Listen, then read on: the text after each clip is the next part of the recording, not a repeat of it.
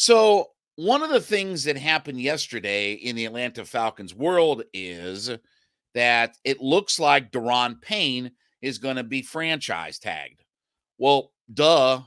I mean, why would the Commanders just let him walk out the door? Why would they allow him to be a free agent as a double-digit sack guy on the interior of a defensive line? So, here's the thing. So, he's not going to be available, okay? Javon Hargrave is another guy who I absolutely covet. I would love to have him here.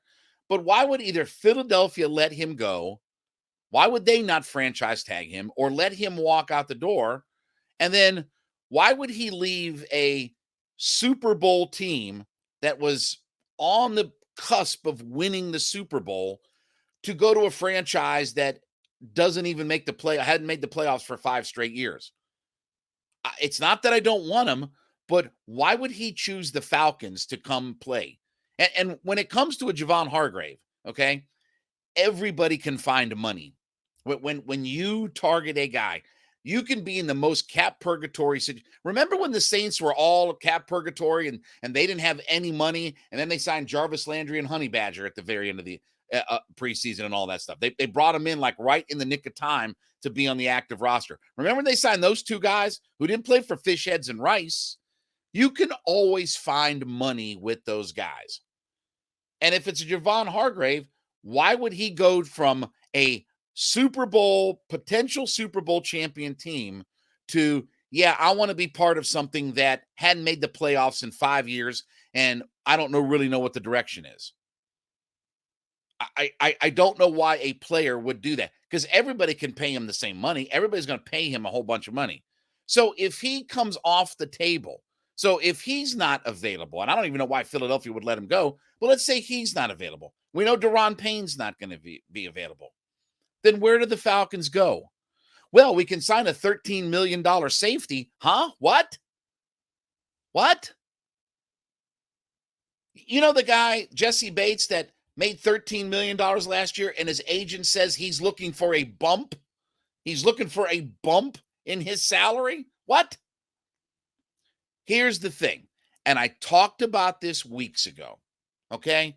And this may be, look, you can have all the money in the world, but players have to want to come play for your organization, because everybody at some point has money. Everybody can find money in the NFL. So there's never an issue about this guy can't get enough money from this team or whatever, okay? This is probably reality. And this may sting a little bit, okay? But when it comes to the Falcons, all right, and fixing that defensive line, okay, it may have to be the Justin Houstons and the Ngakwe's and people like that you don't land, because I don't want Marcus Davenport in his. Do you know Marcus Davenport had half a sack more than I did? Marcus Davenport had half a sack more than I did. What is he, Steven Means? So if these top guys are not available, and I don't think a lot of these guys are, we talked about, look, Fields, Lamar, they're going to be with their teams next year. Daron Payne's going to be with the Commanders. Most likely Javon Hargrave is going to be with the Eagles, or he's going to go to a Super Bowl contender, because why would he take such a big step backward? So reality is, okay, Ebiketie on one side, the number 8 draft pick on the other side. You have a rotation of Justin Houston or Ngakwe and maybe a Lorenzo Carter. Maybe you pick between Houston and Ngakwe, and then you have Lorenzo Carter that you sign back. I'll still take that over what we've done over the last year or two. I'll still take that, knowing that I need Ebiketie to step up, knowing that I need my number 8 draft pick to be a player, knowing that I can have a rotational guy in Lorenzo Carter that's been here and can do some good things, knowing that I have a rotational guy in a Justin Houston or an Ngakwe that can do some good things. Both those guys had 9.5 sacks last year. They would have led the Falcons by far.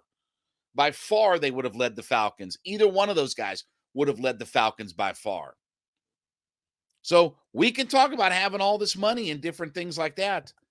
But the reality is probably going to be that you're going to have to go a different route.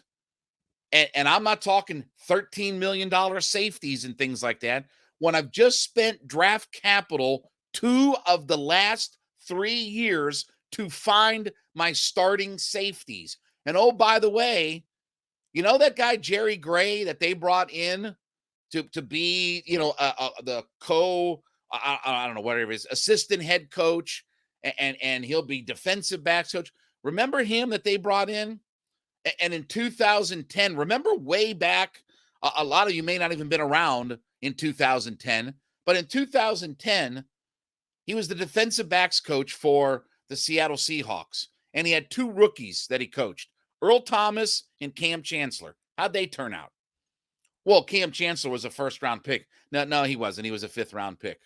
Okay. He wasn't picked as high as Jalen Hawkins was. All right. So why would I spend $13 million on a safety when I just drafted a 2nd-round safety and a 4th-round safety that are my starters? It just blows my mind. But anyway, so reality is you probably not. And look, you may find a guy to go with Grady and Taquan Graham, but it's becoming less and less likely that these teams that have these outstanding players are just going to let them walk on out the door. Oh, yeah. Daron Payne is off the market. And this is why we've talked about some under the radar guys, the Melvin Ingrams and the Justin Houstons, Ngakoue. You may have to go that route. You won't overspend on them, but that may be the route that you have to go. And I'm okay with that as long as we start Ebiketie 17 games, make the number 8 pick defensive end, and we sign those guys to be rotational guys. I'm okay with all of that. Because if those top-tier free agents are not going to be available, then you better get more creative in what you do. All right, after you make Hittin' Hard with Jon Chuckery your first listen every day, make sure you make Locked On Sports Today your second listen. Biggest stories of the day, instant reactions, big game recaps, and the take of the day available Spotify, Odyssey, YouTube, wherever you get your podcasts from.